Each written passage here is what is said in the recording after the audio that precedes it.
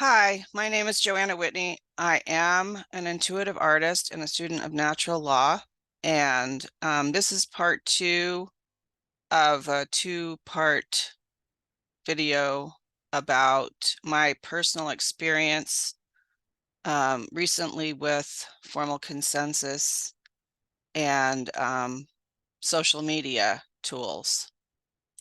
Um, I'm a member of several groups, and we all use formal consensus. And one of the groups down here in my neighborhood, um,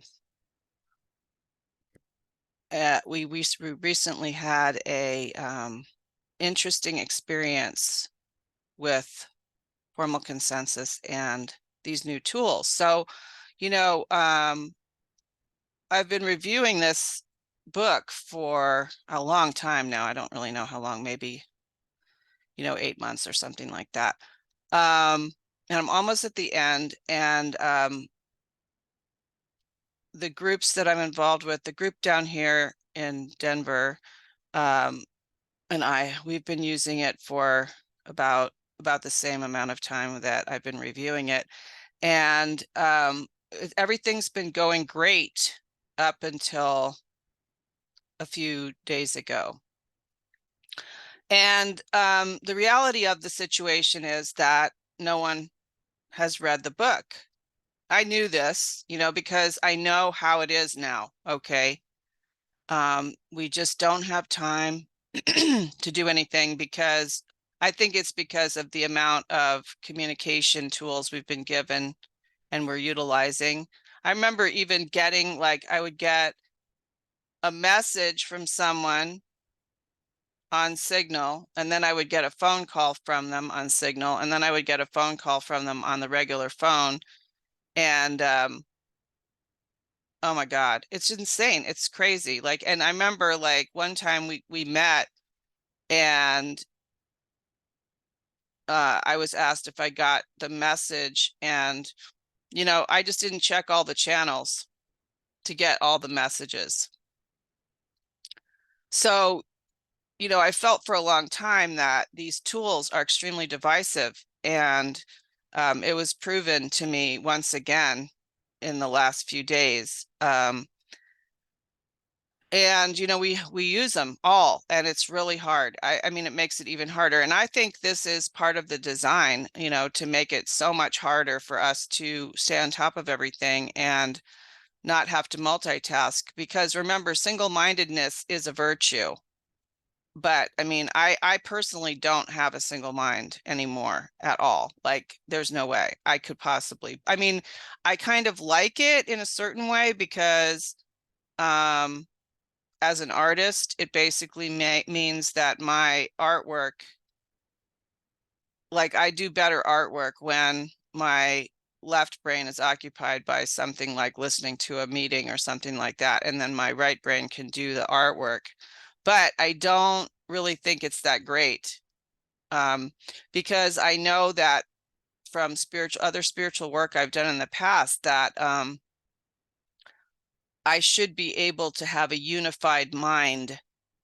And I think meditation assists in having a unified mind. But I feel like, maybe 1 hour of meditation a day versus the other 23 hours or whatever it is, 15 hours spent communicating through Telegram, Signal, text, and whatever else other social media platforms people use, and phone calls. It's crazy. There's no way, I don't, it's about more time is spent on double-mindedness or triple-mindedness or quadruple-mindedness. And I just have, given up on single-mindedness. And that, I think, is part of the destruction aspect of what's happening to us through by the powers that should not be. It's very difficult to create community when everyone is trained for 15 hours a day to be double-minded, at least, where you're sitting in a meeting Like I was just giving a workshop on Sunday, and someone was on their phone the whole time. I know he was listening because I feel that call to do that, and I actually draw, which is kind of the same thing. I know he was listening, but for me as a facilitator, it was extremely off-putting to see him on his phone. And yeah, he may have been reading the material off of his phone. I have no idea. But again, it's very, very off-putting to me, especially because the group that I was in on Sunday is supposed to be completely off the grid. We're not supposed to be publicly known. And what people don't realize is if they're on their phone reading literature off their phone, the satellite knows where they are. And maybe that's fine. Maybe that's all good. Maybe it's never going to come to anything. But to me, all that data, where he is while he's sitting with me, is recorded. So if our group is supposed to be like off the grid, it isn't. If you're on your phone in the meeting or whatever workshop, you're being recorded, and at some point this could be used as a social credit scoring system.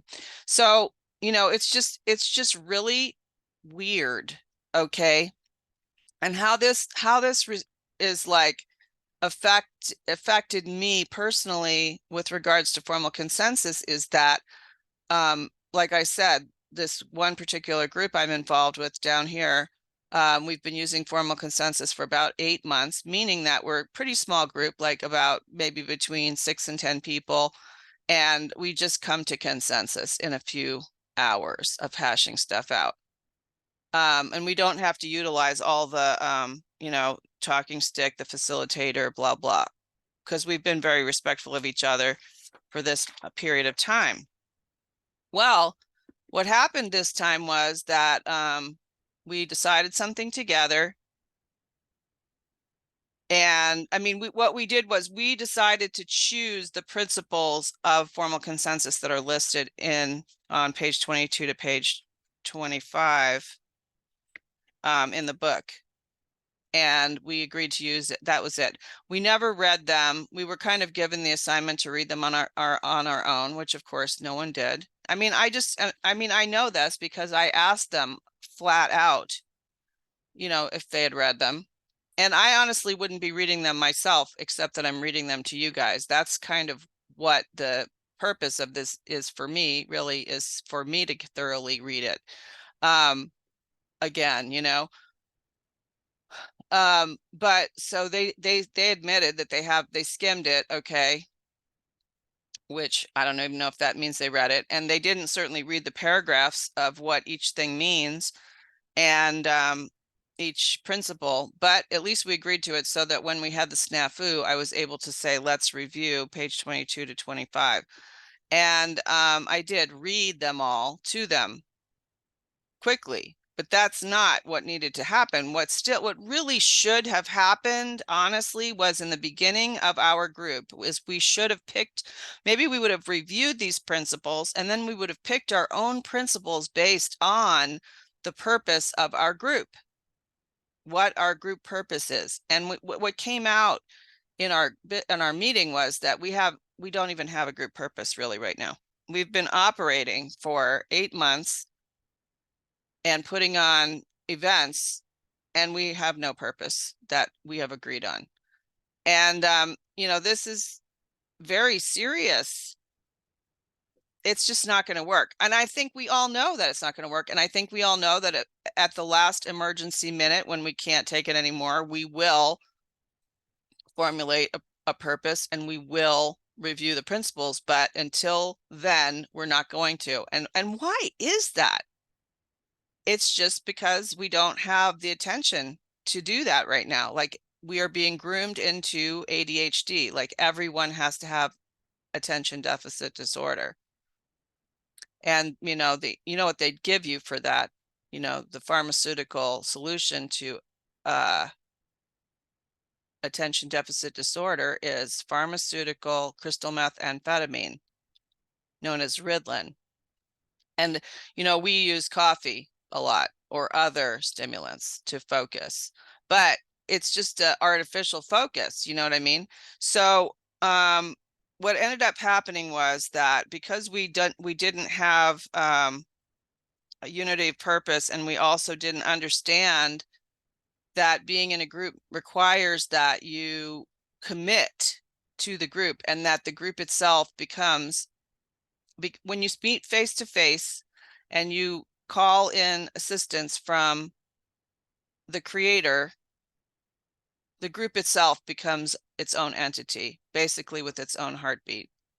And the group itself exists in between meetings. So, and this could be construed, you know, as a communist statement, but if you look on the wheel, I saw this wheel at some point of all the different isms or whatever. Sovereignty, like the most extreme form of sovereignty and communism, are like right next to each other, because in order for a group of sovereign people to remain sovereign, we do have to put the needs of the group ahead of our own. But it is for our sovereignty that we do that, because we know that we can't do the thing by ourselves, and we need the other people to help us do it. And so it is, I guess, enlightened self-interest in a way. As a sovereign being, I will put other people's, I want my needs to be met, but I'll put other people's needs first, because I know that my needs will be met through my meeting of their needs. That's a law.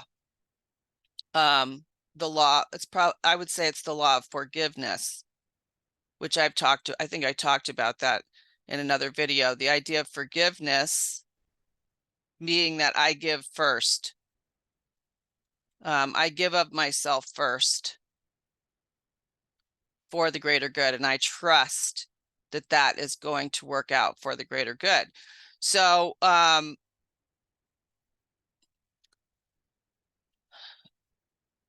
putting the group's needs ahead of my own could be considered communist if I'm being forced to do it.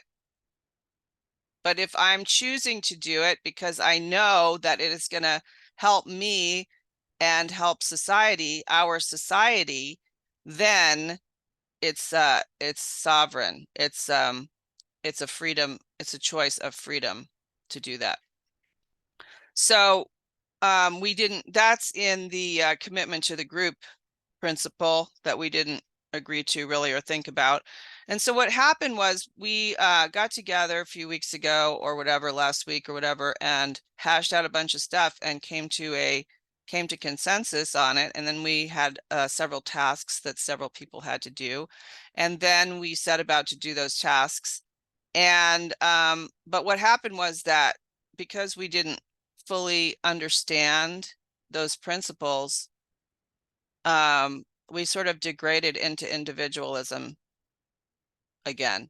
And because we were using text, I received a text from someone that I interpreted as them giving me a direction that was in opposition to what the group had decided.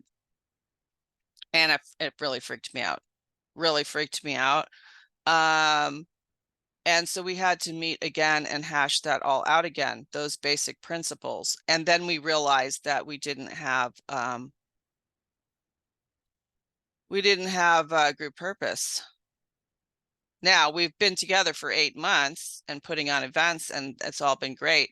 But so it's likely that we're going to be able to work this out. But what I'm saying here is that the tools that the powers that should not be have given us are divisive. That's how I see it. Of course, you know, the other people in the group like these tools and they seem to be doing fine with them, but me personally, I'm not. So I had to draw a line because it triggered me so badly.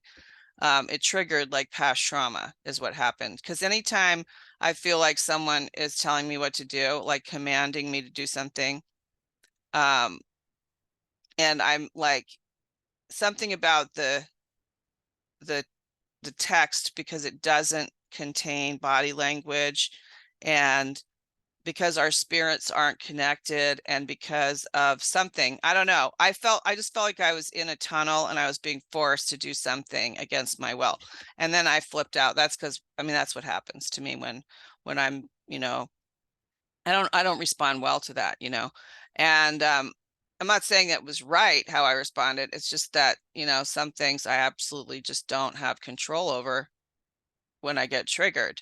And so I had to make a decision that I am not going to use social media anymore. I'm not texting, and I'm not using the chats anymore.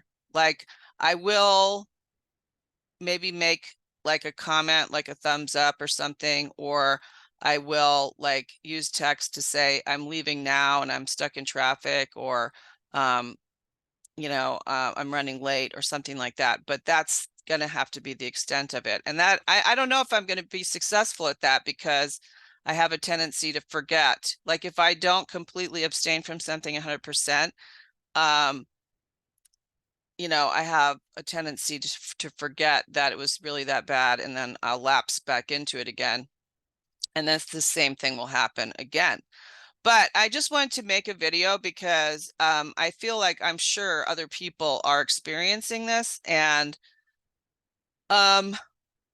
so basically what I saw happen was, or what I see happening is that, we believe that because we're on a Zoom call together as a group, that we're actually together, or because we're in a private chat that we created together, that we're actually together, or because we're actually texting each other, we're actually together. But actually, we're not together. I'm sitting here in my house, in my office, behind a camera, and they are wherever they are. And the digital aspect of it is filtering out my spirit. I'm an intuitive artist. I teach intuitive painting. I teach other spiritual methods, and I absolutely never use the computer. I do not allow anyone to use the computer, and I don't do online intuitive painting classes, because the whole thing about that is when I teach intuitive painting in a group that is there, we're all together painting together, the spiritual entity which is created by all of those energies drawing out from the ether, that creative energy creates a huge entity in and of itself with its own heartbeat, which moves the whole group forward together. And that is the amazing thing, one of the amazing things about group creativity together, physically present, that cannot happen online. It just simply cannot happen. I mean, I have been in a lot of online meetings and classes, believe me. And, and then I've also had the experience of when I actually meet the real people in person, and I discover like all they've been hiding about themselves, and it completely invalidates everything that we've done together, because I assumed they were one way, and then I find out that they're totally different, and we're such different people with such different paths that none of the things that they have been teaching me this whole time actually can be applied, because of who they really are in person. So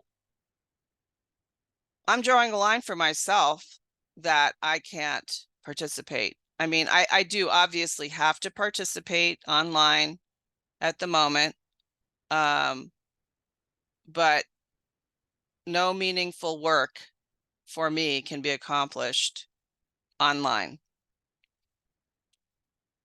that I've so far that I've been able to figure out.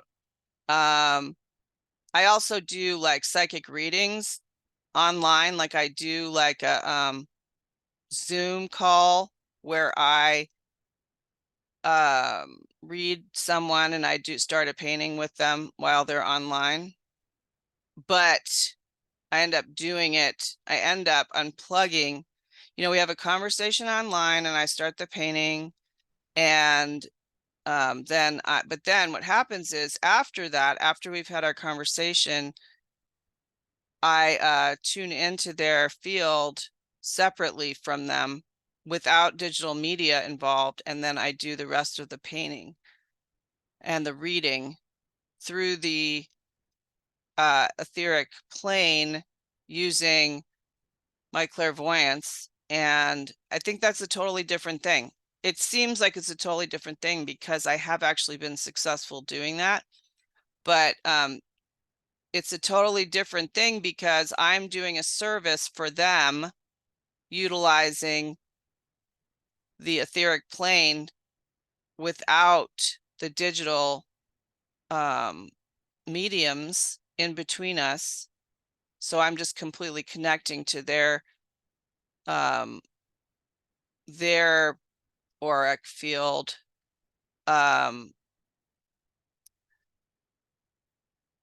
and reading it using my heart chakra and my third eye, my pineal gland to their pineal gland. And they've given me permission to do that. So it's like I'm a proxy for them. I can because they gave me permission, I can do that. But it's a totally different thing. It just seems like it's the same thing. Okay. When we're in a group together, it's a totally different thing going on than doing this sort of work. Like I couldn't do intuitive painting class online like that. I could only do a one-on-one thing where the conversation is sort of superfluous. It doesn't even really matter. It's really more for them, and then once we get off the phone and I actually complete the artwork myself and then have the reading done for them, it's a completely different medium. But the powers that should not be have occulted all this information for so long that we have no idea how to interpret it and how to understand how it works. And so we just assume that we can just, get on a Zoom call and have a group meeting and have it be like super cool and work. But it really, honestly, I've never seen it truly work, especially like when we're trying to do something where we're interacting with one another, trying to maintain our sovereignty and come up with a consensus, which the word consensus is consent. Consent us, consents us, where we each get to apply these principles to our own heart and then put it forth into the pot in the middle of us all with our spiritual beings present. And then a new thing is born from that. It's not just an intellectual exercise. And I promise you that that this digital format blocks that. I mean, it really does block that. So I'm done with it. I'm done for now, unless, I figure something else out.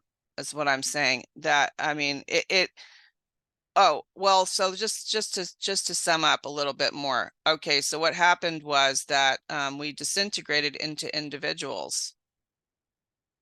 That's the point. The whole point of this is that it seemed to everyone that we were still together and of one mind, but we'd actually disintegrated into individuals once we separated. And in the old days, we just wouldn't have had that. Let's say in the old days when we just had phones, maybe with answering machines, and we decided to do like a potluck, and this one decided to bring, pickled beets, and this one decided to bring walnut salad, and this one decided to bring Reubens, and this one decided to bring salad. We would have just decided that, and that would be that. And then we would just show up at the event with the thing we said we were going to bring.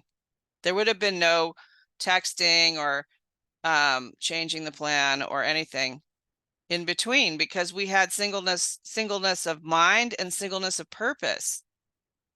And we were focused, and our minds were integrated under one higher cause that we were supporting. So I'm just putting this out there because I feel like the powers that should not be have produced these ways to communicate to help us to be more fragmented and more divided. And it all seems like it isn't that way, but it actually is that way. So that's all I got this time.